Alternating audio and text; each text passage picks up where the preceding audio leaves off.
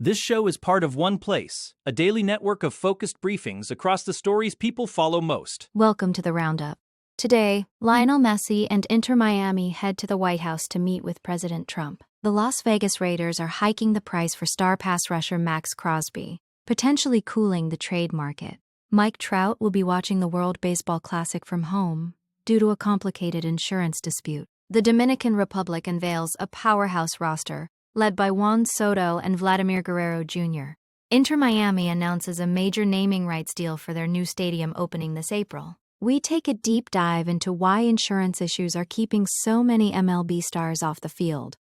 Puerto Rico manages to field a competitive team despite losing several key players to coverage denials. A legendary group of former MLB stars are returning to the dugout as coaches for the international tournament. We look at the full 2026 World Baseball Classic schedule and the favorites to win it all. And finally, the Houston Texans make a massive move by extending All-Pro Danielle Hunter ahead of free agency. Let's start with the intersection of global soccer and American politics. Inter Miami made a historic trip to the White House this week to celebrate their MLS Cup victory.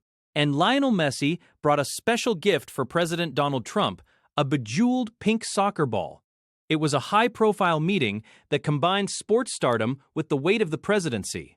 Trump didn't hold back on the praise, acknowledging the immense pressure Messi faces as a global icon who is simply expected to win every time he steps onto the pitch, a feat Trump called very unusual and impressive given the competition. It was fascinating to see how the event balanced sports and politics. While Messi famously stays away from political statements, President Trump touched on everything from tariffs to the situations in Iran and Venezuela during the ceremony. He even tried to recruit Messi for a round of golf at his Doral course, noting that Messi could have played anywhere in the world but chose Miami. It's a significant moment for MLS, as Miami is the first team from the league to be invited to the White House during Trump's 2 terms in office, signaling just how much the Messi effect has elevated the league's status. Now let's shift to the gridiron, where a major trade might be hitting a snag.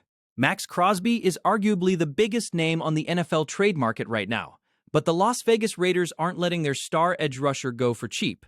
Reports indicate the Raiders have hiked their asking price to 2 first-round picks, which has reportedly scared off the Dallas Cowboys. Crosby is approaching his 29th birthday and still playing at an elite level, but for a team like Dallas, giving up that much draft capital on top of his massive contract extension might just be too steep of a climb. It's a classic leverage play by the Raiders. They know Crosby is an ultra-high motor player who produces sacks consistently. And with teams like the Chicago Bears and Philadelphia Eagles still rumored to be interested, they can afford to wait for a desperate contender. The Bears recently picked up extra draft capital by trading DJ Moore to the Bills, so they might have the ammunition to make this happen. But the big question remains, is Crosby still worth 2 first-rounders as he leaves his physical prime? Or are the Raiders overplaying their hand while they try to rebuild a roster full of holes? Next up, a major disappointment for baseball fans looking forward to the World Baseball Classic. Mike Trout, the man often called Captain America during the last World Baseball Classic, won't be suiting up for Team USA in 2026. It's a huge blow to the tournament's star power. The issue isn't a lack of desire. Trout explicitly said he wanted to run it back with his teammates. Instead, it comes down to a cold, hard financial reality. He couldn't get his contract insured. Because of his extensive injury history over the last few seasons, including that fractured hamate bone and a torn meniscus, insurance companies weren't willing to cover the $35 million he's owed for the 2026 season. It's really a shame, because Trout is actually healthy right now and planning to return to center field for the Angels. He played 130 games in 25, which was his most in years, but that wasn't enough to convince the insurers to take the risk. Without that coverage, Trout would have been gambling with his own guaranteed money if he got hurt playing for the national team. While Team USA is still stacked with names like Aaron Judge and Pete Crow Armstrong, losing the veteran leadership and the iconic presence of Trout definitely changes the vibe of the clubhouse as they head into pool play. While Team USA loses a legend, another powerhouse is loading up. The Dominican Republic has unveiled their roster for the 2026 WBC, and it is absolutely terrifying for opposing pitchers. You've got Juan Soto, fresh off his massive $700 million deal, and Vladimir Guerrero Jr., headlining a lineup that also features Manny Machado and Fernando Tatis Jr. After a disappointing early exit in 23, the DR is clearly on a mission. They've even got future Hall of Famer Albert Pujols stepping into the manager's role, bringing a level of prestige and experience that few other teams can match. The depth is what really stands out here. When guys like Julio Rodriguez and Ketel Marte are considered secondary stars, you know you have a special group. The only real question mark is the pitching staff. Sandy Alcantara is a former Cy Young winner, but he's coming off a shaky 2025 season. They'll need him or Christopher Sanchez to really anchor the rotation if they want to navigate a tough Pool D in Miami. With the tournament being held in a city with such a massive Dominican population, the atmosphere for their games is going to be electric, and they are rightfully being called the biggest threat to the United States. Staying in Miami, let's talk about the new home for the city's soccer stars. Inter Miami has finally revealed the name for their highly anticipated new stadium at Miami Freedom Park.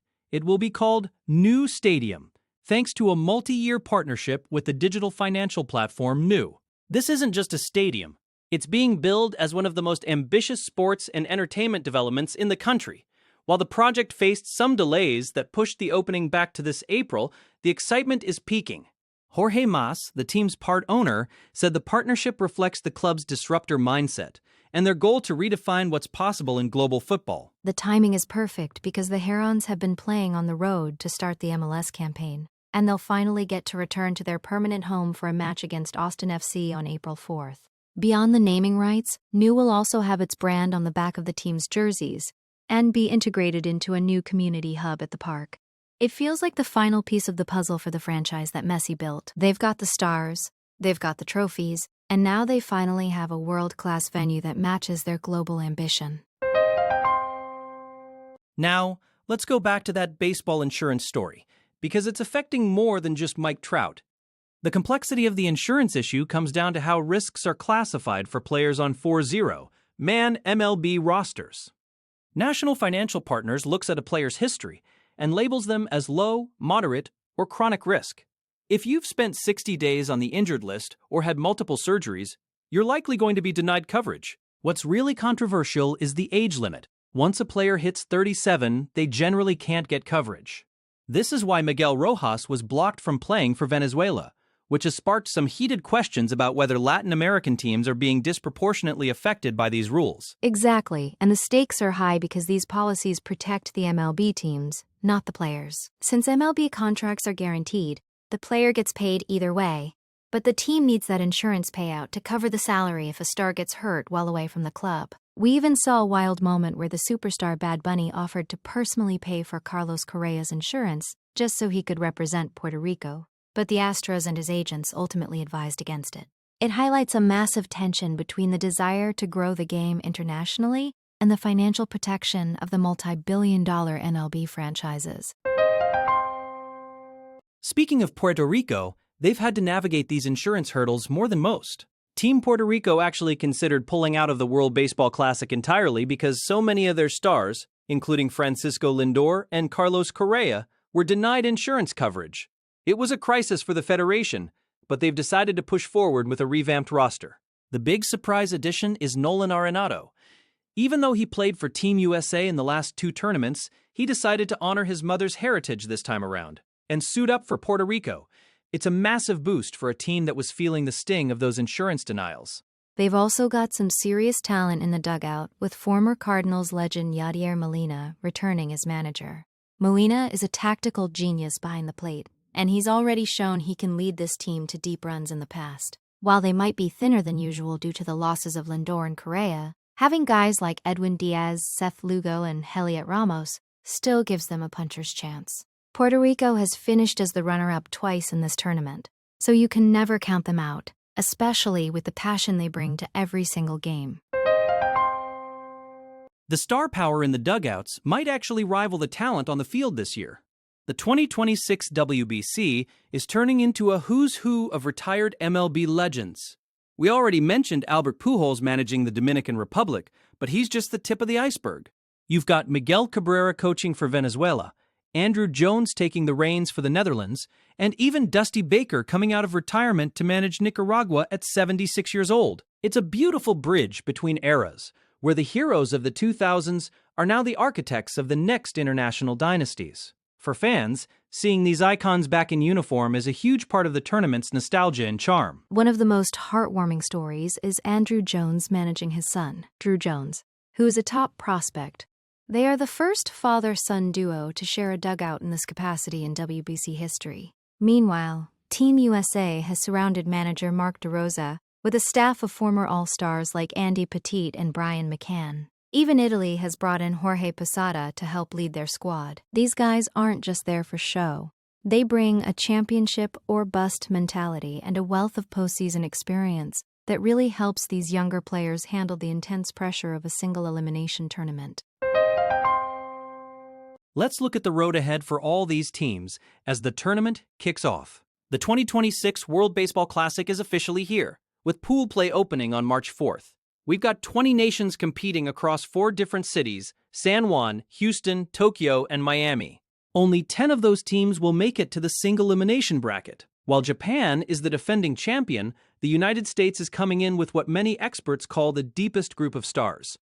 But as we've seen in the past, in a short tournament like this, one dominant pitching performance or a timely home run can change everything, making the pool play standings a must-watch from day one. The schedule is packed, and for fans in the US, the games will be all over the Fox Sports networks and available to stream. Pool B in Houston is going to be particularly interesting, as is Pool D in Miami, which features that loaded Dominican Republic squad in Venezuela. The tournament also uses some unique rules compared to MLB, like the mercy rule and strict pitch counts to protect those valuable arms. It's a fast-paced, high-stakes version of the game that really highlights the global growth of baseball. We'll be tracking the scores daily as the field narrows down to the Elite Eight. Finally, we wrap up with some massive news from the NFL as free agency looms. The Houston Texans aren't waiting for the market to open to secure their defense. They've just reached a massive one-year extension with All-Pro edge rusher Danielle Hunter, worth over $40 million. It's a huge statement of intent for a team that is clearly in win-now mode. By locking up Hunter, they keep one of the most feared pass rushers in the league off the open market and ensure their defensive front remains a nightmare for opposing quarterbacks. It's a high-priced deal, but in today's NFL, you pay a premium for elite talent that can change a game in a single play. The Texans weren't the only ones making moves.